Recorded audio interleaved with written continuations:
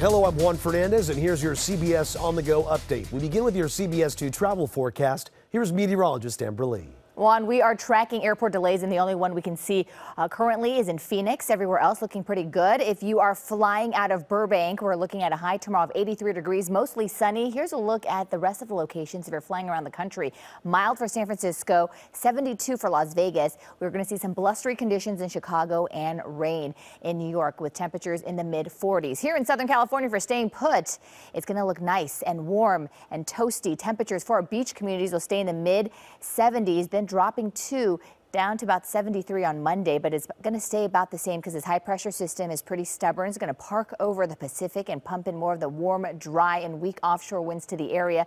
Temperatures will be above average through at least the middle of next week. Amber, thanks. The super blue blood moon lunar eclipse lit up the sky this morning. It was the first time in 150 years that three rare lunar events converged. CBS 2's Jasmine Veal brings us an up-close look from the Griffith Observatory. Yeah! All right. Applause and cheers. Oh, oh, oh, oh! And even some howling filled the night sky as the moment arrived for the total lunar eclipse just before 5 this morning. This only held at the moon. It was blood red. I haven't never seen anything like it before. Thousands of sky watchers came to the Griffith Observatory to marvel at this rare treat of a super blue blood moon. That's when three fairly common lunar events all happened at the same time. This is a trifecta. I mean, you have the supermoon, you have a blue moon because it's the second full moon of the month, and then you've got the total eclipse. And it's a thing of beauty. David Cedillo bought a new camera to capture this phenomenon. He says he arrived at midnight, even though his wife thought he was crazy. Thousands of nuts out here, so we're all having a good time with this.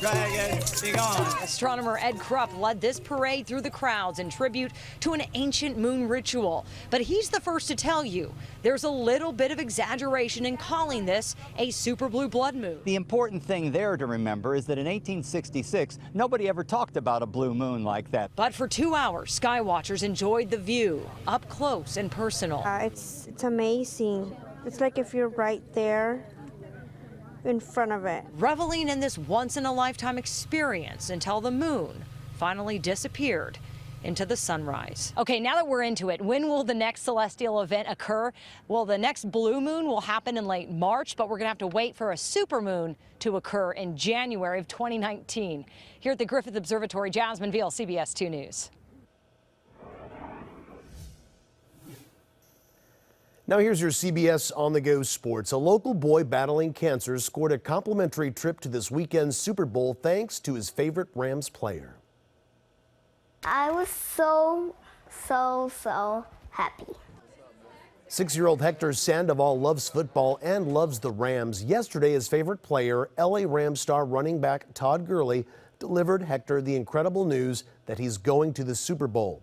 Hector has been in and out of the hospital for the past 5 months, but he received his final round of radiation last week.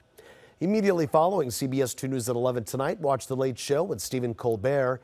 Guests include actress Rose McGowan and Senator Rand Paul. And right after Colbert, watch The Late Late Show with James Corden. His guests are Martin Short, Lisa Kudrow, and musical guest Fall Out Boy. Watch Corden and Colbert right after CBS 2 News at 11. And that's your CBS On The Go update. Remember, we're always on CBSLA.com and join us every night for CBS 2 News at 5, 6, and 11.